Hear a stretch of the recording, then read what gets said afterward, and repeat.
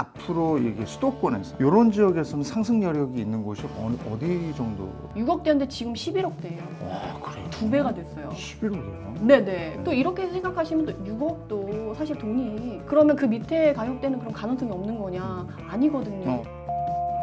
같은 25평이 3억대에 시작을 해요. 그래요? 지금 5억대거든요. 2, 3억대에 시작을 했었어도 5억대로 자산 점프를 할 수 있는 상황인 거죠.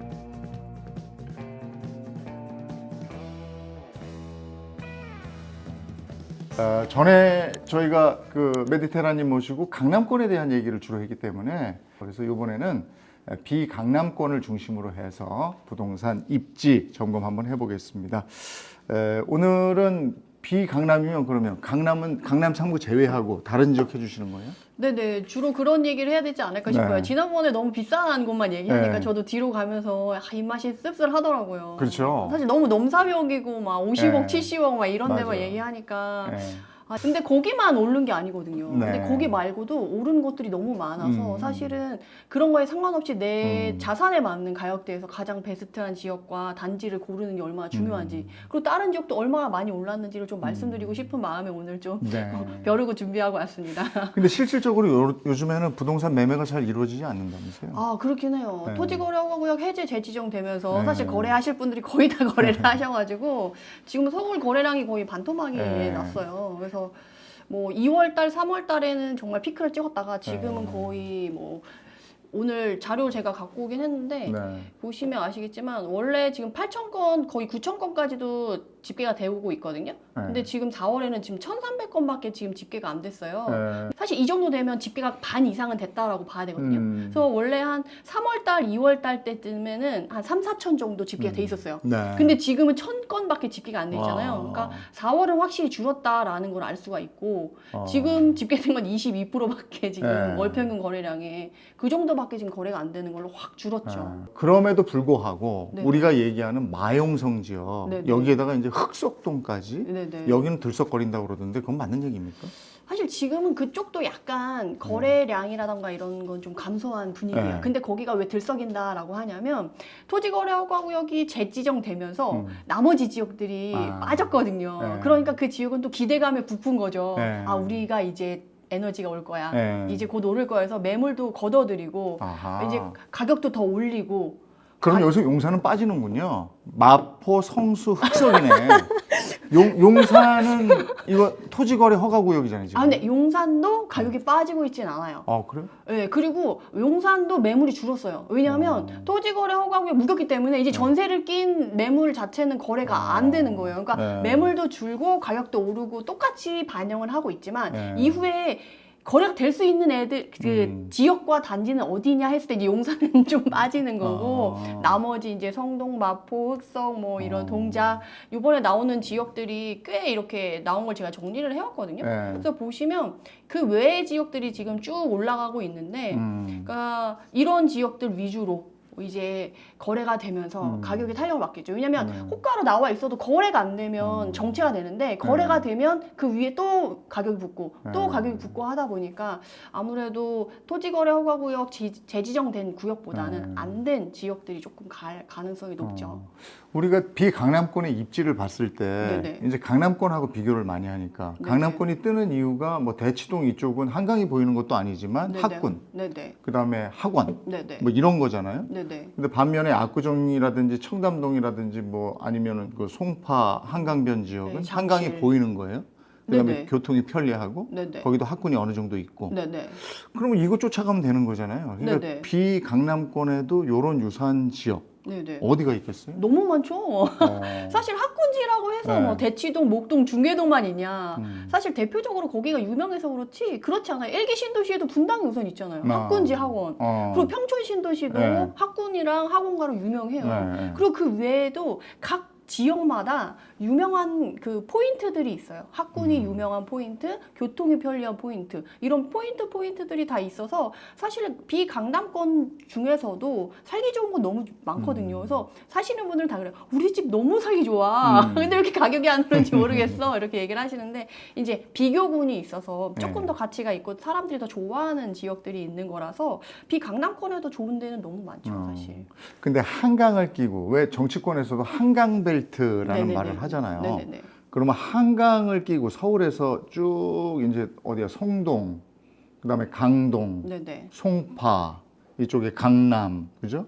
그다음에 쭉 오고 이쪽에는 뭐 성동에서 용산, 마포, 이 서울은 마포까지네. 네네. 이렇게는 계속 뜨겠습니까? 그렇죠. 여긴 변하지 않는 입지죠. 어. 부동 자산 했을 때 가장 최고의 가치가 입지 가치잖아요. 움직이지 않는 가치. 네. 그렇기 때문에 거기는 이제 변할 수가 없죠. 우리나라는 그럼 그 입지의 가치를 봤을 때 네네. 단연 학군입니까? 아니면 한강 뷰입니까? 아니면 공원 뷰입니까? 교통 인프라입니까? 직장 근접성입니까? 그런 거 필요 없이 한강을 끼고 있는 위아래 지역은 그걸 다 갖고 있어요. 아 그래요? 네, 강남도 한강을 끼고 있죠. 네. 학군도 있어요. 네. 그 교통편은 구역마다 블럭마다 다 지하철 노선이 다니고 엄청 촘촘하게 되어 있잖아요. 네. 그리고 뭐 한강, 가치, 평가, 교통편이 있어. 학군 뭐 하나 빠지잖아요. 다 있어요. 다 있기 때문에 비싼 거고 마포도 원래는 학군이 빠졌었어요. 학군이 그렇게 좋지 않거든요. 뭐 젊은이의 도시 학교가 많다. 그리고 뭐 근접성이 있다. 교통 편의성이 있다. 한강 끼고 있다. 이건 있었는데 학군은 없었거든요. 근데 확실히 좋아지는 지역과 사람들이 많이 좋아해서 이제 단지의 가격이 올라가잖아요. 그리고 고소득자가 많이 있으면 그거에 대한 필요한 걸 가져와요. 맞아. 그러면서 대응력적으로 지금 학군이랑 학원가가 형성이 되고 그렇더라고요. 있거든요. 그래서 대치 분점이 거기 막 들어가고 있어요. 음. 그래서 이제 마포도 학군과 학원가를 갖게 될 거예요. 그렇기 때문에 이제 한강을 끼고 있는 위아래 우리가 알고 있는 강남 3구랑 마용성 이런 워낙 사람들이 좋아했던 핵심 지역들은 다 갖고 있게 되는 거죠. 모든 가치를. 그러면 요걸 이제 비교했을 때 네네. 앞으로 이게 수도권에서 네네. 이제 범위를 좀 수도권으로 넓혀보면 네네. 이런 지역에서는 상승 여력이 있는 곳이 어디 정도를 생각하세요? 실제적으로 이렇게 파악을 해보면 지금 2023년도부터 저희가 회복세에 들어가기 시작했거든요. 서울 같은 경우, 수도권 같은 경우는. 그래서 1월 1일부터 최근까지 4월 21일까지 해서 증감률 높은 순으로 쭉 단지를 뽑아본 거예요. 지금 아마 아실 거예요. 덕은지구, 마포 옆에, 상암 바로 옆에 저기 덕은지구. 거기 서울이에요, 그냥. 네, 근데 이제 사실 고양시가 지금 사실 고양시 하면 일산 신도시였거든요. 지금 일산 신도시는 아무도 거론하지 않아요. 오히려 덕은지구. 맞아요. 상암동에서 바로니까. 그러니까 이제는 거의 덕은지구는 진짜 서울 생활권인 거죠. 그래서 오히려 요 덕은동에 이제 DMC, 디에르트, 한강 같은 경우는 30평대거든요. 지금 증감률 74.18%예요. 2년 동안에. 그러니까 23년도에 6억대였거든요. 6억대인데 지금 11억대예요. 와, 그래요? 2배가 됐어요. 11억이요? 네네. 그러니까 뭐 저런 걸 샀어야지. 그러니까요. 지난주에 뭐 30억, 50억 이런 거 필요 없어요, 사실. 내가 실제로 거주할 수 있고 실제로 손 갈 수 있는 그런 지역 내에서 이렇게 상승률 좋은 아파트를 찾아가지고 간다고 하면 자산을 점프할 수가 있거든요. 그러니까 사실은 똘똘하게 요새는 움직여야지 이런 식으로 자산을 빨리빨리 할 수가 있는데 또 이렇게 생각하시면 또 6억도 사실 돈이 그렇게 작은 건 아니거든요. 5억을 뭐 사회 초년생이라던가 대부분의 사람들이 사실 크게 생각할 가능성이 높은 금액이 5억도. 그래서 그것도 너무 부담스럽다. 그러면 그 밑에 가격대는 그럼 가능성이 없는 거냐? 아니거든요. 요 밑에 바로 여기 인천 서구 원당동 보이시죠? 검단 신도시 대방 디에트르 리버파크라는 검단 신도시. 예, 들어보셨어요? 예, 검단 많이 가 있어요. 저 아는 사람들도. 요번에 왜냐면 김포, 한강 뭐 이쪽으로 해가지고 다 이제 옛날에는 인천의 숨은 역할을 하는 게 인천을 들어가려면 무조건 부천을 거쳐서 1호선, 7호선을 거쳐서 중동을 거쳐가지고 부평으로 들어갔었거든요. 근데 지금은 서울 쪽 위쪽으로 해서 서구로 많이 진입을 하시는 걸로 해서 이제 서구 검단 신도시가 이제 인천의 새로운 숨은 역할로 떠올랐거든요. 근데 이번에 또 부동산 시장의 트렌드상 신축이 대세고 신축도 그냥 신축 아니고 그냥 아파트만 들어서면 사람들이 이제 별로 관심 없어요. 주변의 일대가 다 깨끗하게 정비가 돼야지 좋아하는 분위기인데 그래, 여기 도시 정비가 잘 돼 있다고 그러더라고요. 이게 딱 검단 신도시로 계획이 된 거잖아요. 이제 택지로 딱 개발이 돼서 들어갔기 때문에 주변의 상업 상업지역 뭐 이런 것들이 다 있고 이번에 또 인천 1호선 연장호재로 아라역이 또 2025년 6월에 개통을 해요. 그러니까 이제 교통 편의성까지 갖추고 신축이고 사람들이 좋아하는 것들이 거기에 다 상업적인 한쪽에 몰려 있고 이러다 보니까 사람들이 좋아할 만한 그런 것들이 다 여기 몰려 있어요. 근데 가격대도 너무 괜찮은 거죠. 검단 신도시 디에트르 리버파크 같은 25평이 3억대에 시작을 해요. 아, 그래요? 네, 3억대에 시작을 했는데 지금 5억대거든요. 그럼 거의 2배 가까이. 네, 그러니까 2, 3억대에 시작을 했었어도 5억대로 자산 점프를 할 수 있는 상황인 거죠. 그러니까 비싼 것만 오르냐? 아니라는 거예요. 내가 좋은 입지에 발전한 가능성이 있는 가치 높은 지역에 간다고 하면 충분히 자산을 이렇게 내 집 마련만으로도 할 수가 있으니까 요거 꼭 챙기시면 너무 좋을 것 같아요. 지금 이제 저평가됐다가 다시 올라간 이런 네네. 지역을 두 군데 소개해 주셨는데 네네. 반대로 말이죠. 네네네. 고평가돼서 네네. 지금 따라 들어가면 조금 피해 볼 수도 있다 하는 지역도 좀 알려주시면 도움이 될 것 같은데. 지난주에 얘기한 네. 원베일리 이런 건 이제 안 들어가야 되지 않을까요? 거기 어떻게 들어갑니까? 전세도 못 들어가요. 네, 거기도 월세도 그렇고 힘들죠. 그때 잠삼대청 얘기했을 때 거론됐었던 막 해제되고 재지정되면서 가격이 막 50억으로 그렇죠. 뛰고 이런 아파트들은 지금 안 보는 게 맞는 것 야, 같아요. 그때 상투 잡았던 사람들은 어떻게 해요? 아 그러니까요. 너무. 근데 그때 팔았던 사람들은 잘 팔았어 이러고 있겠고. 근데 그게 약간 잘못 생각하시는 걸 수 있어요. 그래요? 그때 판 사람들, 산 사람들이 오히려 위너일 수 있어요. 아, 왜 그러냐 그러면 사실은 이번에 이제 대선을 앞두고 있잖아요. 네. 그러면 이후에 이제 또 말씀을 드리겠지만 대선이 이후 결정이 나면 뭐 정권이 이제 안 바뀌면 상관이 없겠지만 정권이 혹시나도 바뀌게 되면 세금이 완전 무거워질 건 너무 자명한 사실이거든요. 그러면 그 전에 세금이 안 무겁게 이제 미리 포트폴리오 정리를 해야 되는데 그 잠삼대청에 자산 있으신 비싼 아파트를 사고 팔고 하셨던 분들은 그때 그 포트폴리오를 다 정리를 하신 거예요. 그래서 제가 그때 현장에서 거래하는 사람들의 내역이라던가 누가 샀나 누가 팔았나 이런 것들을 확인해 봤었는데 그때 세금 정리 다 하셨더라고요. 그래서 자산가 분들은 이미 그때 다 정리를 해서 심플하게 가볍게 만들어놔서 그분들이 이제 걱정 없이 만들어 놓은 상태여가지고 오히려 꼭지 사서 나 너무 그러네 라고 생각 안 하시고 나는 포트폴리오 정리했어. 이제 앞으로 집값 떨어지지 않을 거니까 거기 안에서는 왜냐면 시장 흐름과 같이 해서 움직이는 지역과 그렇지 않은 지역인데 그런 지역은 그런 거랑 상관없이 움직이는 지역이라서 오히려 그런 생각을 안 하실 것 같아요. 예. 너무 신기하죠. 그럴 수 있겠네. 네네. 그러니까 자산가들은 항상 돈이 있는 거구나. 아 근데 또 신기한 건 자산가 분들이 그만큼 돈이 있으니까 네. 더 많이 고민하고 더 열심히 공부하시거든요. 그렇죠. 지켜야 되니까. 네네. 왜냐면 불리고 지켜야 되니까. 네, 공부 잘하는 사람이 공부도 더 열심히 하는 맞아요. 것처럼 맞아요. 돈 많으신 분들이 더 열심히 공부하시거든요. 네. 그래서 그런 것들 보면서 되게 좀 씁쓸했어요. 왜냐하면 토지건설하고요 해제 재지정되면서 오세훈 시장은 출마도 못할 정도로 이제 그렇죠. 이렇게 됐는데 실제로 진정한 위너는 누구냐 했을 때 그때 포트폴리오 정리하신 자산가분들이 진정한 위너일 수 있겠다. 저는 이런 생각이 들더라고요. 그렇군요. 네네. 알겠습니다. 자, 부동산 시장의 입지 전문가 메디테라님과 서울과 수도권 지역 분석해드리고 있습니다. 오늘 입지적인 가치랑 수요 공급에 의해서 앞으로 기대될 만한 지역 3개를 이렇게 말씀을 드리려고 해요. 그래서 첫 번째 이제 광명을 보시면 지금 광명 뉴타운 상단의 지역에 지금 이렇게 입주 물량이 있고요. 그리고 철산역 위쪽으로 상단으로 또 이렇게 입주 물량이 있어요. 그래서 광명은 지금 11,000세대 이상 올해 그리고 향후 1, 2년 안에 공급 물량이 많이 몰려 있어가지고 다른 지역에 비해 가격이 덜 상승하고 심지어 마피가 있어요. 사실 광명은 그 전화번호 국번도 01을 쓸 정도로 서울 출퇴근에 특화되어 있고 서울 생활권인 지역이거든요. 그런데 이제 가격이 지금 33평 기준으로 10억에서 13억 사이에 위치해 있고 그래서 가격도 나쁘지 않으면서 KTX 타고 갈 때도 광명에서 많이 내려요. 네, 근데 그 KTX 그 일직동 그쪽은 그 노선을 이용하기 좀 어려운데 여기 7호선이 바로 요 밑에 지금 잘렸네요. 여기 7호선이 쭉 연결돼서 철산역이 있거든요. 7호선 타고 쭉 오면 강남까지 30분이면 와요. 그렇구나. 7호선이 저렇게 있어요. 네, 그래서 광명은 그런 교통의 편의성, 서울 출퇴근 수요가 너무 짱짱하게 있고 그러네. 젊은이들이 좋아하는 도시라고 말씀드릴 수 있고 지금 말씀드린 게 여기거든요. 여기 철산역. 여기가 이렇게 여기 빨간 데가 다 상업지역으로 인프라가 형성되고 요 앞뒤로 이렇게 학원가가 다 형성이 되어 있어요. 그래서 이제 역에서 가깝게 이동해서 이쪽으로 가면 이제 철산 헤리티지가 있는 거예요. 이게 지금 이제 곧 25년 5월에 입주거든요. 그러니까 얘가 이제 3월에 이제 끝났어요. 5월에 또 입주해. 바로 이어서 하죠. 네. 전세가도 조금 눌릴 수밖에 없고 매매가도 눌릴 수밖에 없는 상황인 거거든요.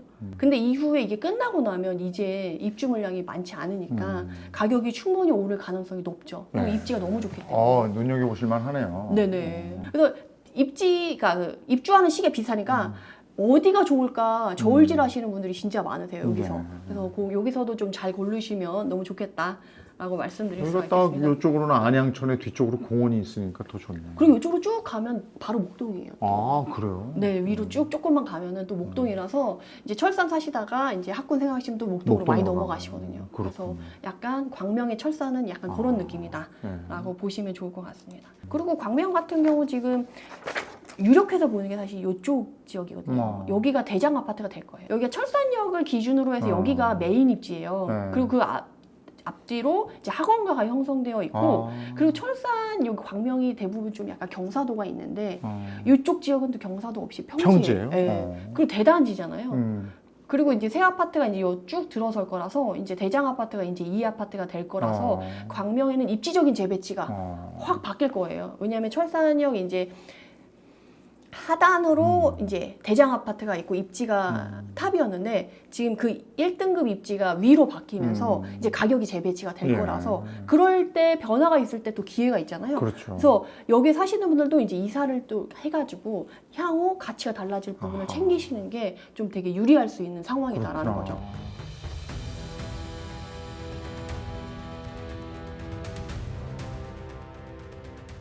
두 번째 지역은 의왕이에요.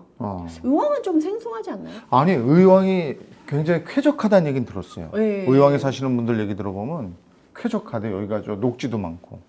그렇죠. 네. 개발이 조금 덜 돼요.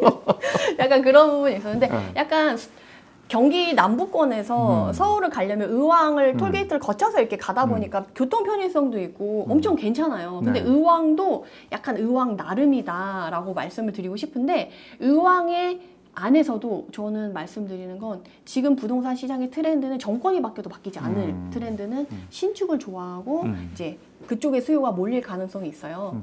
근데 이 의왕 안에서도 여기가 요 옆에가 바로 평촌신도시거든요. 그리고 여기가 이제 의왕의 내선동, 포일동 바로 요 위에가 과천이에요. 그러니까 이제 안양과 과천 사이에 있는 의왕에 있는 내선동, 포일동에 속하는 신축 아파트는 조금 눈여겨봐두시면 너무 좋겠다라고 말씀드리고 싶어가지고 이걸 가지고 왔거든요. 과천 얘기할 때 과천 의왕 같이 가요. 네.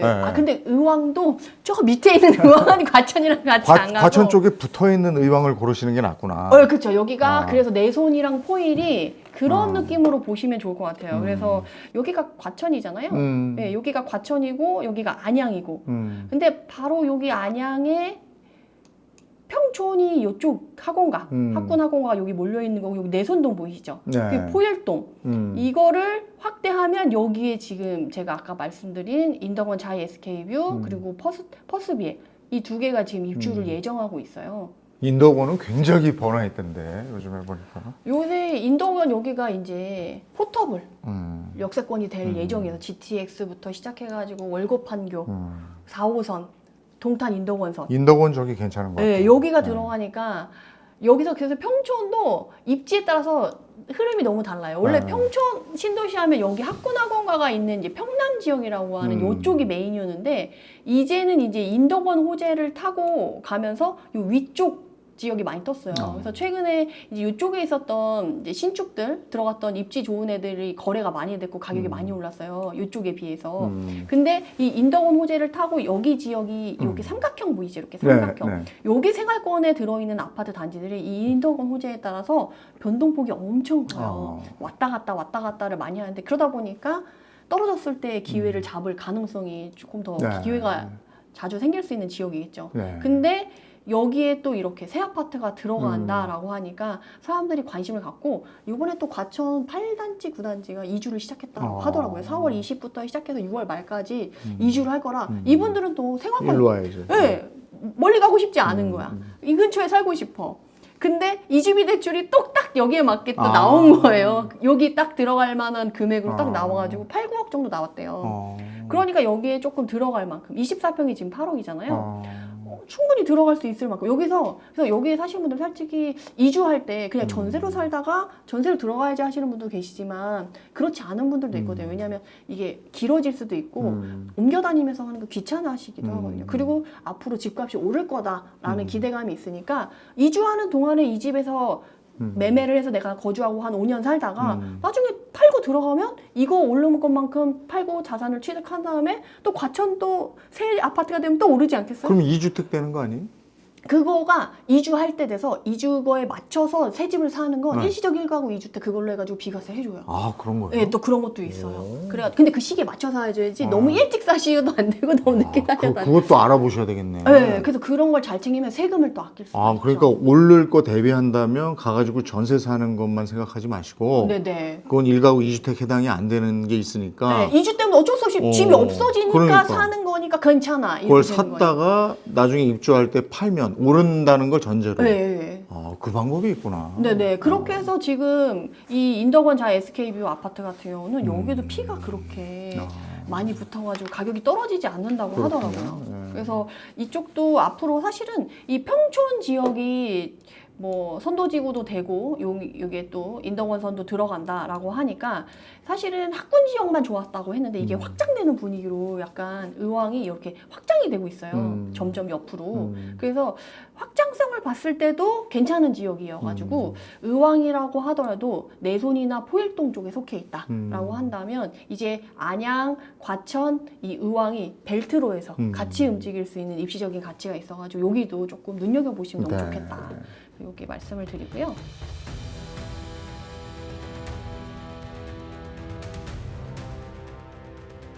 세 번째는 제가 오산을 봤는데 오산은 너무 입지가 좀 애매한 신축이라서 신축도 이제는 신축이라고 하면 얼죽신이라고 해서 옛날에 뭐 1, 2년만 해도 무조건 괜찮다 해서 막 들어갔었는데 지금 울상이 되신 분들 너무 많으시거든요. 그래서 이제는 신축이라고 다 좋다라고 판단하시면 안 되고 신축도 이제 거기 안에서 좀 고르셔야 되는데 평택이 그나마 차라리 오산보다 낫다. 왜냐하면 평택은 고덕 신도시 내에 들어가 있는 신축이거든요. 그리고 지금 원래 10억 하던 애들 그 단지들이 지금 5, 6억대로 반토막이 난 상황이기 때문에 그래요? 네, 평택 요새 힘들어요. 삼성은 저긴 힘들잖아요. 미군 기지 가고 뭐 그 생산성 있는 기업들도 있고 그래서 삼성, 많이 LG 올랐는 줄 알았더니. 많이 올랐었어요. 많이 올라서 10억까지 거의 근데 그게 실거래가가 반토막이 났어요? 네, 지금 뭐 5, 6억대까지 많이 빠져 있는 상황이라서 그래서 좋다라는 거죠. 근데 삼성이 지금 너무 힘들어가지고 지금 공장 증설하겠다는 공사도 좀 중단이 된 상황이긴 해요. 그렇구나. 그래서 삼성이 좀 힘들긴 한데 그렇다고 해서 우리나라에 삼성이 망하면 우리나라가 좀 휘청휘청하기 때문에 괜찮아질 거라고 기대를 하고 있고 그리고 그러면 삼성이 힘들면 그럼 평택 공장을 포기할 거냐라고 했을 때 또 그렇지는 않거든요. 왜냐하면 서초에 있던 본사는 이제 수원으로 내렸고 수원에 있었던 이제 반도체나 전자들 반도체랑 전자를 또 분리해서 반도체는 이제 평택 쪽에 몰리려고 하는 분위기가 있어요. 그래서 얼마 전에도 한 10,000명 정도 평택으로 내려보냈다고 하더라고요. 그래서 평택이 지금 공장 증설이 원활하게 이루어지고 있지는 않지만 향후 괜찮아질 지역인데 문제는 공급 물량이 앞으로 2년 상간에 한 2만 정도가 있어요. 한 18,000 정도의 입주 물량이 있는데 삼성도 힘들어 일자리도 안 늘어 분위기 안 좋아하다 보니까 가격이 쭉쭉쭉쭉 그랬구나. 빠진 거죠.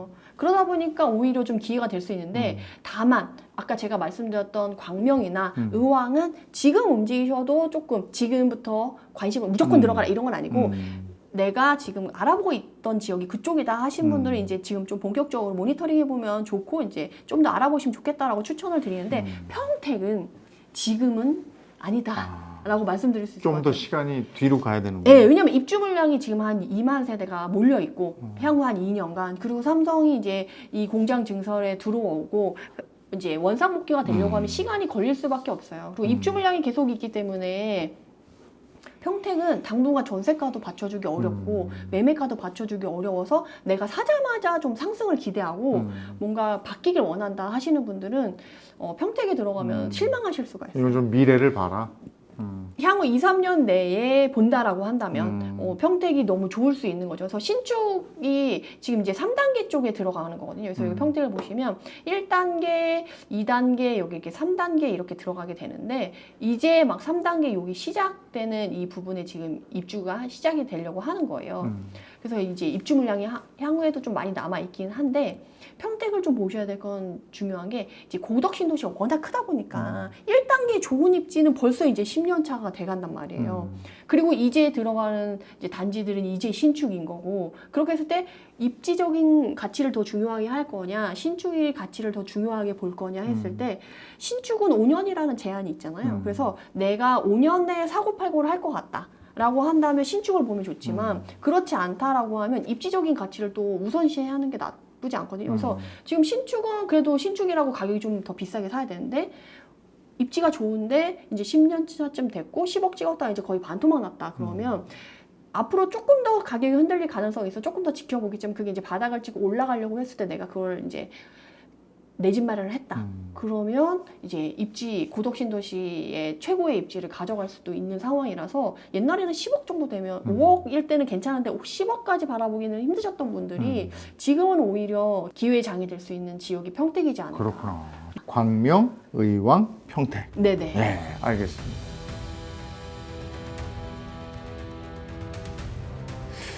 그리고 앞서 그 이제 선거니까 네네. 대선이 있어요. 6월 3일에. 네네. 그러니까 대선의 영향을 아무래도 부동산이 또 많이 받게 될 텐데 네네.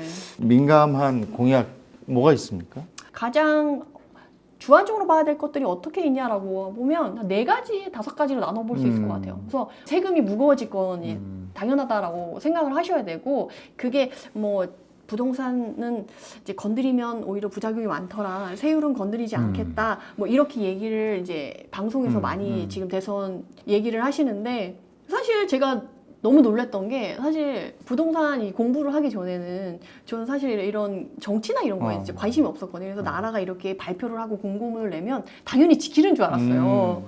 근데 실제로 이제 와서 공부를 해서 이제 정책을 이렇게 바꾸겠다라고 하는데 안 이루어지는 것들이 너무 많은 거예요. 그래서 저는 요번에 그걸 보면서 나라에서 공식적으로 발표한 공고문에도 나와도 안 지키는데 말로만 하는 게 과연 그렇죠. 지켜질 수 있을까에 대한 생각이 들고 그리고 사실 이름을 바꿔서 기존 세금을 좀 변경해서 이렇게 하면 또 그게 뭐 말을 지킨 게 될 수 있거든요. 그래서 취등록세 같은 경우는 지금 이미 중과를 많이 하고 있어요. 1주택자 1에서 3%, 2주택자 8%, 3주택자 12%, 법인 12%거든요. 내려오진 않겠다. 네, 뭐 안 건드린다고 했으니까 내리진 않겠죠. 내리진 않겠다. 뭐 올리는 것도 이미 징벌적인 수준인데. 근데 뭐 이미 지난 조건이 됐습니다만 네네네. 그 윤 대통령 때 보면은 2주택 정도는 취등록세를 낮춰주겠다 네네. 이랬어요. 네, 그래서 그러니까. 미리 샀던 사람들이 이게 안 바뀌어서 낭패를 본 적이 있거든요. 현장에서 그런 분들이 너무 많았어요. 네. 취등록세 그거 갑자기 그걸 소급해준다고 그랬었거든. 네, 소급까지 해준다고 했었으니까 근데 안 믿고 바뀌었어. 갔는데 안 해가지고 그것 때문에 되게 힘들어하시는 분들 너무 많이 봤어요. 근데 지금 이 상태로 정권이 바뀐다면 부담이 되죠. 이제 이게 바뀔 그런 게 없을 것이다라고 보니까. 1도 기대할 수 없죠. 1도 기대할 수 재산세, 종부세, 양도세 뭐 다 마찬가지예요. 네, 근데 제일 무서운 건 사실 취등록세, 양도세는 네. 그냥 한 번만 눈 찔끔 내고 어떻게든 정말 끌어모아서 영혼까지 끌어모아서 어떻게 해결을 할 수 있어요. 종부세 매년 내야 되니까. 네, 재산세랑 종부세는 매년 네. 내야 되는 네. 거예요. 우리가 이전에 2020년도에 가장 세금을 많이 냈을 때는요, 강남에 두 채만 가고 있었어요. 종부세를 막 2억, 3억씩 냈었어요. 네. 지금 그러니까 진짜 부자들만 가지고 있었던 거야. 그러니까 어설픈 부자는 판 거야. 그러니까 이게 도대체가 네네. 너무 슬프죠. 아유. 그러니까 이제 세금에 상관없이 막 90억, 100억 이런 거 하시는 분들은 상관이 없는데 정말 그렇죠. 내가 모든 영혼을 끌어모아서 그 집에 모든 걸 했는데 세금이 막 2, 3억씩 나와봐요. 근데 그때 진짜 안타까웠던 분들은 예전에 이제 월급 한 푼 두 푼 정말 열심히 모아서 지금은 이제 어르신들이 돼 있는데 그쵸. 그때 여기에 월세 받아서 살려고 강남에 집을 두 채가 된 거야. 나 한 채 살고 여기에 월세 그래서 받았는데 생활하려고. 수입이 없으니까 이거 가지고 한 건데 네. 이거 뭐 오르라고 내가 고사 지낸 것도 아니고 그냥 올랐는데 네. 그걸 여기에 세금을 종부세를 지금 말씀 들어보니까 2억을 내는 상황이면 네네. 가지고 있을 수가 없지. 그 12월에 세무서에 가보면요. 그 창구에 할머니, 할아버지들이 이렇게 쫙 아. 붙어가지고 그런 하소연을 많이 하시는 거를 많이 볼 수가 있어요. 근데 누구도 그분들 편을 안 들어줘요. 너 부자잖아 이렇게 되는 거야. 네, 그러니까 근데 본인은 살고 있는 집이야. 현금화 그러니까. 할 수 없어. 그러니까 본인은 그냥 현금이 있어야지 생활비 쌀이라도 사 먹는데 네. 이 갑자기 세금이 이렇게 내라니까 너무 어떡하지? 거기서 하소연을 하고 계신 뭐 거예요. 물론 부자는 부자인데 진짜 부자들은 그런 거 신경도 안 쓴다고. 그럼 이제 그 집 팔아서 세금 내라는 얘기거든요. 그러니까 아예 진짜 부자들을 위한 정책을 해서는 안 된단 말이야. 그래서 이 재산세, 종부세가 너무 무서운 거예요. 네, 그래서 양도세는 사실 한시적 매매가 있으면 해야 되니까 양도세는. 네, 근데 중간 완화가 이제 26년 5월 9일까지인데 이제 그 이후에 또 해줄 거냐라고 했을 때 안 해줄 가능성이 높지 않아요. 양도세는 집이 세 채면 안 파는 건 못하더라고요. 그냥 전 다 내도만요. 그러니까 이거는 거의 다 되게 돼서 이제 거의 안 팔게 될 가능성이 있고 그러네. 만약에 그 전에 파실 분들은 이제 26년 미리. 5월 9일 전에 팔아야 되고 그렇구나. 이제 솔직히 예전의 톤 같으면 이제 정권이 바뀌자마자 이거 풀어 이렇게 될 텐데 지금은 좀 약간 분위기가 그러니까 바로 풀기는 어렵고 네. 26년 5월 9일까지 놔두지 않을까. 그래서 하실 분들은 그 전에 좀 정리를 하셔야 되지 않을까 싶고 옆에 토지세는 사실 이거는 지난 대선 때 나왔던 얘기라서 이거는 안 하겠다라고 뭐 방송사나 이런 데서 나와서 많이 얘기를 했었어요. 근데 이거를 제가 갖고 온 이유는 문제는 이제 대선 때 뭐 AI 지원하겠다, 첨단사원 진업하겠다, 뭐 지원하겠다, 그리고 월급쟁이 과세 표준 바꿔서 뭐 세율을 낮춰주겠다, 뭐 이런 얘기를 많이 해요. 결국 세율을 낮춰서 뭐 해주겠다, 지원하겠다 그러면 세금을 쓰겠다는 얘기를 되게 많이 하고 세금을 줄이겠다는 얘기를 많이 하는데 그럼 이번에 지금 윤석열 정부 들어왔어도 가장 이제 여론의 문매를 맞는 것 중에 하나가 세수 확보를 못 해가지고 지금 지방자치단체도 너무 힘들고 나라도 이제 적자가 많이 났는데 이걸 어떻게 할 거냐에 대한 해답을 못 내고 있는 부분이거든요. 근데 새로운 정권이 왔어도 이 부분은 바뀌지 않을 거다라는 거죠. 그래서 이것저것 한다는 건 많고 세수는 줄여주겠다라고 하는데 그럼 그 세수는 어디서 확보할 거야? 라고 했을 때 사실 이전에 이제 문재인 정권에서도 종부세에서 30조씩 막 걷었던 터라 이제 손쉽게 방법들을 알고 있고 그러다 보니까 이런 토지세라는 이름을 붙여서 하면 약간 사람들이 사회주의다, 공산당이다 막 이러면서 반발이 크니까 이제 이름을 바꿔서 갈 수도 있지 않겠냐라는 저는 생각이 들더라고요. 왜냐하면 이미 재산세에 주택분과 토지분을 따로 해서 7월 그러니까 우리가 지금 공개돼요. 이 세제 관련해서 네네. 이 세법은 어느 정권이 들어서든지 간에 한번 진짜 골똘하게 생각을 해서 국민이 좀 제대로 살 수 있게끔 맞아요. 제대로 실질적으로 좀 변화가 있어야 될 것 같아요. 직장인대로 힘들어, 자영업자는 자영업자대로 힘들어. 이런 거 신경 안 쓸 사람들은 진짜 찐 부자들밖에 없거든요. 맞아요. 그 나머지 사람들이 힘들다고 사실. 그러니까 이건 좀 제발 좀 어느 정권이 들어서든지 간에 효율적으로 좀 바꿔줬으면 좋겠어요. 그 다음에 이제 규제 지역이 확대될 것 같다 이런 말씀이시죠? 네네. 아까 말씀하신 대로 이제 마용성 아니야 그 강남 3구랑 용산은 묶었어요. 이제 그건 조용해질 가능성이 있는데 거래가 좀 줄면서 나머지 지역들로 다시 또 풍선 효과가 나타날 그럼 거다. 거기도 지정하겠지. 그런 식으로 이렇게 규제 지역이 확대될 수 있다라는 거죠. 근데 통화가로 또 쓰기에는 실거주자만 거래할 수 있어. 그러면 거주 이전의 자유라던가 이런 거래 자체를 너무 묶는 거라서 너무 세거든요. 그래서 이전처럼 약간 조정 지역을 좀 확대한다던가 이런 다른 방편의 규제를 확대하거나 이제 대출을 규제하는 가능성이 높다라는 거죠. 이것도 한번 보셔야 되는 거고. 네네. 그리고 공급. 네, 공급은 사실 말씀드릴 때 너무 죄송스러운 게 3년 내에 공급은 어떻게 이제 건드릴 수 없잖아요. 집이 없다? 3년 내 아파트는 빵뚜아네트 얘기 전에 김현미 장관 나와서 한 것처럼 빵처럼 찍어낼 수 있는 게 아니라서 이제 3년 동안에 지금 정해진 공급 물량 이상 더 뭔가 나오긴 어렵다는 거죠. 뭐 비아파트로 뭐 오피스텔, 생활력 숙박시설, 빌라, 다세대 뭐 이런 거 지어주면 되잖아 라고 하는데 지금 비아파트 시장이 완전 박살이 났잖아요. 전세 사기 때문에. 그래서 지금은 만들어도 안 팔린다라고 하기 때문에 건축업자들도 지금 손을 못 대고 있는 상황이기 때문에 지금은 아파트 시장만 살아남고 비아파트 시장을 그러면 추가로 하겠다라고 할 수가 없어요. 이전 정부에는 그렇게 했거든요. 공급이 부족해? 그럼 비아파트로 공급해. 막아. 이렇게 했는데 지금 그게 안 되는 상황인데 그래서 그런 상황에서 이제 공급 측면을 어떻게 가져갈 거냐라고 했을 때 이제 임대 공급을 다양하게 공급하겠다라고 해서 뭐 311만 원을 뭐 하겠다는 얘기가 나오고 있는데 그것도 3년 이후의 얘기라는 거죠. 계획을 세우면. 그리고 이제 재건축 재개발은 이제 규제가 될 가능성이 좀 높다. 라고 말씀드리고 싶고, 그리고 분양가 상한제는 또 이제 정권이 바뀌게 되면 활성화되면서 이제 로또 분양이 좀 나오고, 이제 이후에 전세 매물이 좀 부족해지면서 이제 실거주 3년유예 정책을 했었는데 그게 한 번 더 연장이 되거나 이런 식으로 좀 갈 가능성이 높을 것 같아요. 왜냐하면 지금 전세가가 또 오를 게 너무 명확하니까. 분양가 상한제를 또 많이 쓰게 되면 이제 전세 매물을 공급해야 되는, 즉 공급을 3년 내에 부족하니까 전세 매물까지 공급이 안 되면 지금 시장이 난리가 날 테니까. 그래서 분양가 상한제가 맞물려서 실거주면 3년 이후에는 또 아예 폐지해 줄게라고 하면 그건 또 아니라고 생각하실 거기 때문에 이제 3년 이후에는 조금 더 연장이 되지 않겠냐. 약간 공급 측면 이렇게 보시면 좋을 것 같고, 그다음에 대출 규제는 이제 앞으로 계속 갈 거다.